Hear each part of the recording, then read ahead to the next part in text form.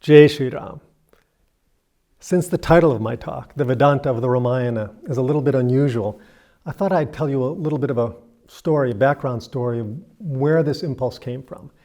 And I'm going to begin with a little bit of a story that I think many of you can relate to. Perhaps you've also had the experience that you have some mission or project you've been working on for years and you have all this passion, and then that passion diminishes and you're not so sure, like, what the next step is going to be.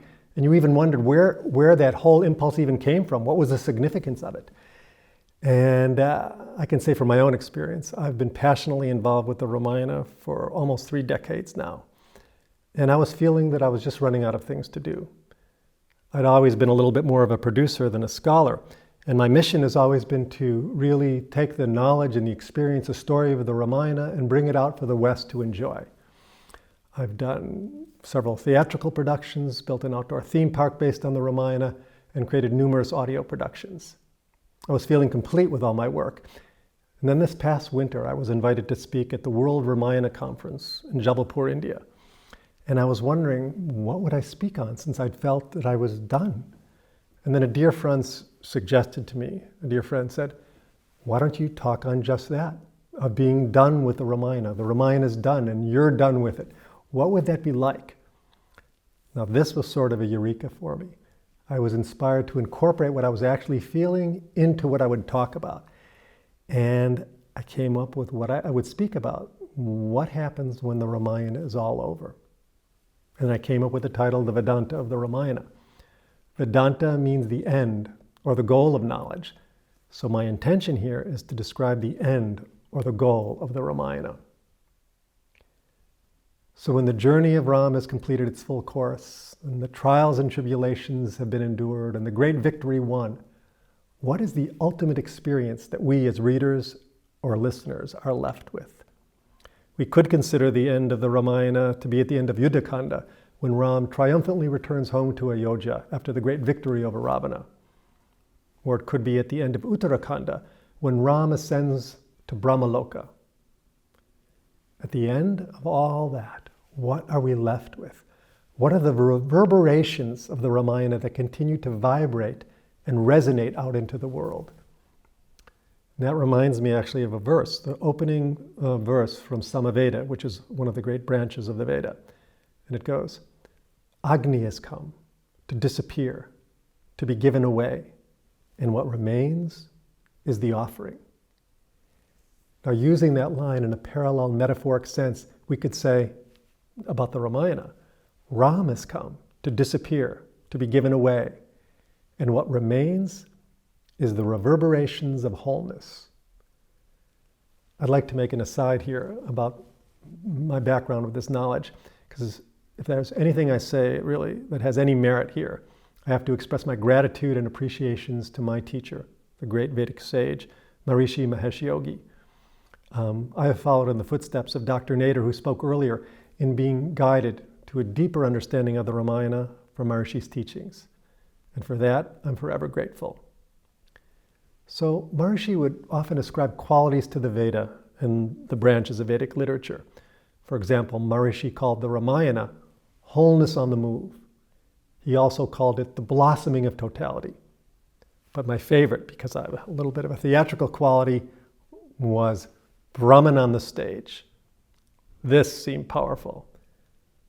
So within this idea of the blossoming of totality or wholeness, we can see that as we follow in the footsteps of Ram, the Ramayana is not just an allegory or a guidebook to high-minded morals or exemplary behavior or even the refinement of dharma. The Ramayana, in my experience, is a direct and palpable blueprint for growth to higher states of consciousness. The intrinsic fabric of Ram's journey are the impulses of the Ramayana that resonate as pulsations of our own refining nervous system. All the characters of the Ramayana and all the elements of the story, along with their nuances of transformation, are impulses of our own being that amalgamate to form pathways and patterns of growth and transformation. This is the journey towards wholeness that Dr. Nader described earlier. But first, I want to go back to this idea of Brahman on the stage. What does that really mean? Brahman, or totality, is the knit-together wholeness of the absolute, that deepest level of non-changing field of life, and the ever-changing, the relative field of life, the knit-together wholeness of the absolute and the relative. So what does that have to do with our experience of the Ramayana? And note, when I say experience, I'm really referring to where our awareness meets the Ramayana and what trickles down to go deep inside of us, what we actually remember and integrate. We could say, in terms of my analogy earlier, the remains of the offering. So let's look at the mechanics by which the Ramayana actually works. Its active ingredient that propels our experience to grow in the direction of wholeness, totality. It's called the play of opposites. All great epics, in fact, all sacred literature, is structured around this dynamic of the play of opposites. It goes like this. One value comes up, then the opposite value comes up, often in big extremes. For example, Dasharatha loves his son and desires to make him crown prince, but his wife Kaikeyi, who was promised 2 boons by Dasharatha, betrays him and demands that her son, Bharat, is made king. Dasharatha is torn between the love for his son and his duty to follow through on his promise.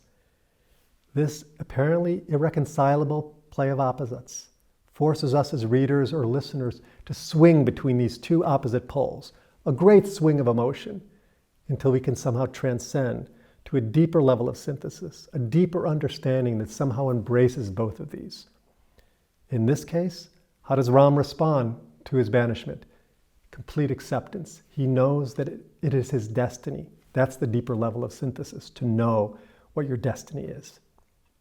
Another example is when Ram shoots the Vanara king Vali in the back like an assassin.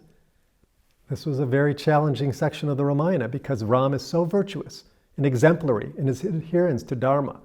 How could he do such a thing? But as Vali lay dying on the battlefield, the truth comes out. Vali had improper relations with his brother's wife. And therefore, he was not bound by justice in this particular case.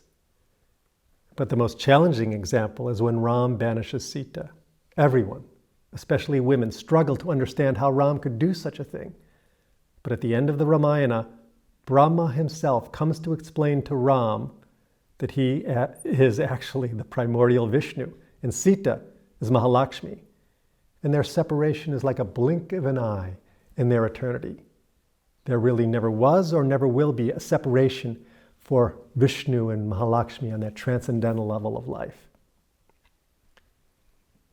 So events like these force us to go beyond or transcend these big swings, these deep swings of emotion, to this deeper level of synthesis that somehow embraces these opposite values. So where is this going? At every stage of these swings, we move from the greatest field of expansion to contraction into the narrowest boundaries. And at each step, our emotions are challenges, and it forces us to grow. This is the force of evolution, culturing incredible flexibility in our awareness to encompass the full range of life. And each of these swings are really like stepping stones that swing us in the direction of encompassing the big play of opposites, which is the absolute and the relative, the field of the ever-changing and the non-changing, the field of silence and the field of dynamism, all that deepest level of life with the field of diversity out there. So now we're at the doorstep of wholeness, like a lamp at the door, shining a light in both directions, one illuminating the absolute value of the never-changing, and the other illuminating that field of the ever-changing, the relative. And now we're also at the doorstep of Ram's true nature. Maharishi revealed to us the profound level of Ram's transcendental nature. Ram is actually the embodiment of Brahman, totality, this total integrated value of life. In Vedic terms, this is expressed as Ram Brahm Paramarat Rupa. Ram is Brahm.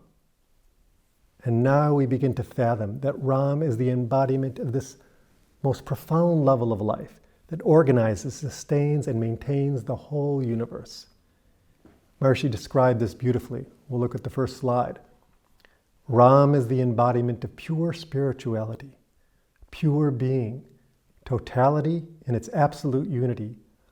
All activity in the universe is orderly because of that eternal law of life, the administration of Ram, which establishes and maintains harmony in all relationships, which harmonizes everything with every other thing in the universe. And I should add here that really the grand synthesizer that enables us to encompass this level of experience is deep meditation. I found transcendental meditation helps me transcend down to that level of Atma, that place in our consciousness that knows no duality and can encompass this level of wholeness deep inside my own awareness. So we see Ram at this level as the ruler of the universe, and also the very nature of our own self-referral consciousness, silently organizing every aspect of life. Now I'm going to shift gears, put on my scholar's hat, and cite some of the references from the Ramayana that illustrate this transcendental level of Ram. In Sundarakanda, Hanuman says to Sita, "He, Ram, is the creator and instigator of the boundaries of the world." Again in Sundarakanda, Hanuman warns Ravana about the nature of Ram. Easily withdrawing all the worlds together with all beings, both moving and unmoving, that mighty Ram is capable of creating them again and again. Another one, in Uttarakhanda, Lakshman exhorts Ram, "How is that you do not recognize that you are the self, the great self?" And finally, in the beginning in Balakanda, sage Narada describes Ram's nature to Valmiki. He is always approached by the wise, as the ocean by the rivers. So now we're starting to get a glimpse, a deeper and deeper glimpse into the true nature of Ram. He's more than a prince. He's more than the noblest of kings. He is that ocean of consciousness that all the streams flow into. So now I'd like to shift gears one more time to the field of physics as we move towards our grand conclusion. I was thinking about Einstein and how he came up with the theory of relativity. And he would come up with these thought experiments to envision how his models fit together. So let's try a thought experiment with the Ramayana. What would have happened if Kaikeyi had resisted Manthara's gossip and Kaikeyi had said to Ram, "Ram is like a son to me. I'm not going to ask for those boons to exile you." What if the story had stopped there? Ram was never exiled to the forest. Sita was never abducted.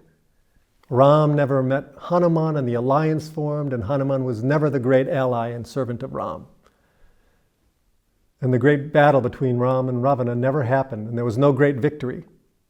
It was just a story of a young prince who was crowned king, and the story ended there. Not a lot of conflict, not much drama, and not a lot of Brahman on the stage. Think of where we would be left. Would we even be having this conference today? So that's the beautiful leela of the Ramayana, that everything is included in the Ramayana. Everything is necessary in the Ramayana. You can't separate what is right and what is wrong. We begin to realize that Ram embodies this absolute Brahman on the stage, totality moving through all these diverse elements of the story. And in this diversity, the Ramayana contains both the divine level and the level of the asuras and rakshasas. That's because Brahman, totality, has to be all-inclusive. It has to contain everything. And it just doesn't make any sense. The Veda doesn't make any sense if totality doesn't have this all-inclusive quality that contains everything. So as the story unfolds, you see this central hero Ram moving with his wholeness. And all the diversity and divergent forces of the Ramayana are being subsumed into him, surrendering into him, surrendering into the wholeness that he embodies. And there's a lot of diversity to encompass. We have the gods, the devas, the asuras, the rishis, the kings, and all the other races of beings in the story, the charanas, the gandharvas, the beautiful apsarasas, the danavas, the yakshas, the divine birds like Garuda and Jatayu, the plants, the mountains, the animals, and this incredible myriad diversity. Everything is contained in this display of Brahman on the stage. as it should be. So we see the Ramayana as one big breathing model of Brahman, a big breathing model of life with all these forces and characters acting in this dynamic flux and flow. And in the center of it is Ram. He's like the sa note in the Gandharva Veda scale, a pure hum of unity. And as I expressed in that quote from Maharishi earlier, harmonizing everything with every other thing in the universe. And even though I'm bringing things out on a more thematic level, I'm also reminding us of Dr. Nader's amazing discovery where he found that the Ramayana is actually the structuring dynamics of our own physiology. All this diversity of the Ramayana is actually living inside of us at the deepest cellular and structural levels. We are also living embodiment of the Ramayana, the very impulses of our own physiology. So you can see now why Maharishi also called the Ramayana a direct means to the unfoldment of Brahman. All these trials and tribulations, these ups and downs, all these conflicting values take us to the big cosmic level.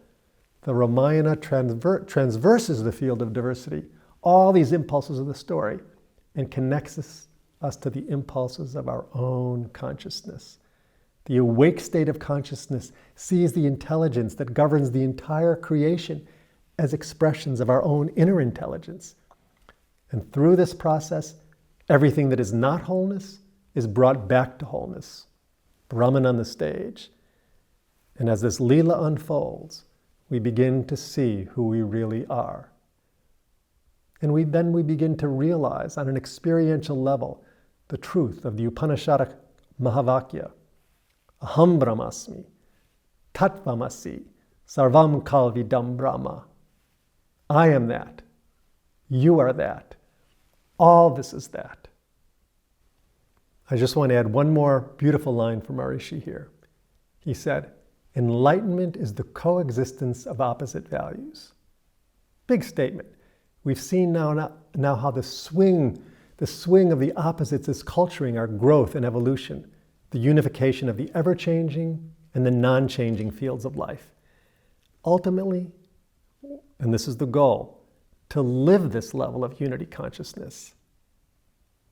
I look forward to moving with you on this grand journey towards unity within and extending out to the whole world. And I just want to add one little postscript, is that now you can see how my own Vedanta of the Ramayana unfolded.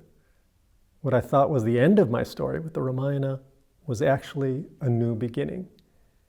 So my hope is that we're inspired, that all of us find the new beginning at every point of our story. Thank you very much.